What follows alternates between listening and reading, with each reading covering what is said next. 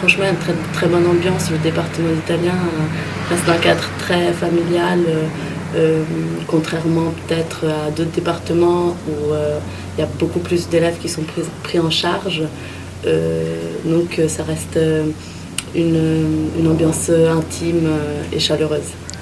On parle d'italien, certes, mais derrière le mot italien, il y a plusieurs choses.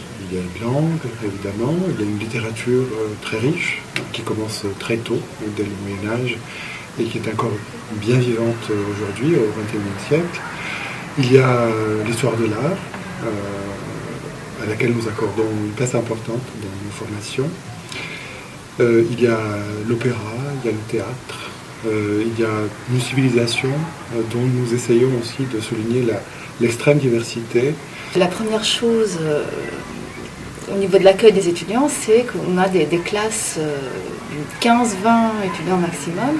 Donc il y a un accueil très personnalisé. Certains cours sont en français, d'autres en italien. Come faccio spesso nei miei corsi, passo di colpo dal francese all'italiano e il contatto diretto e frequente con la lingua italiana è una delle caratteristiche importanti della nostra formazione. Nous accueillons des étudiants d'un niveau très varié, pluriel, donc beaucoup de LV3, mais aussi des étudiants d'origine italienne dont les familles sont arrivés en France depuis 2 ou 3 générations, qui donc ont l'habitude de parler en vacances, mais pas forcément de structurer leur pensée en italien. Le ricchezze della nostra formazione è la possibilità che gli studenti hanno di incontrare altri studenti italiani o di altri paesi. On travaille sur des dissertations, des documents de synthèse, donc ça leur apporte une capacité à argumenter, synthétiser, s'exprimer à l'écrit et à l'oral,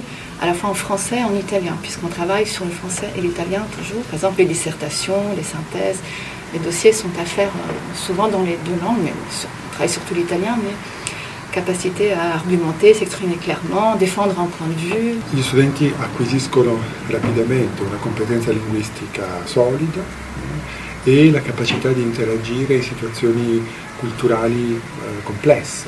En L1, on a des cours de grammaire, mais aussi des cours de thème et de version, qui vont du français à l'italien et de l'italien au français. Il faut s'attendre à un gros investissement de travail personnel, beaucoup de travail avec des dictionnaires, traduction, réflexion sur ce qu'est la traduction.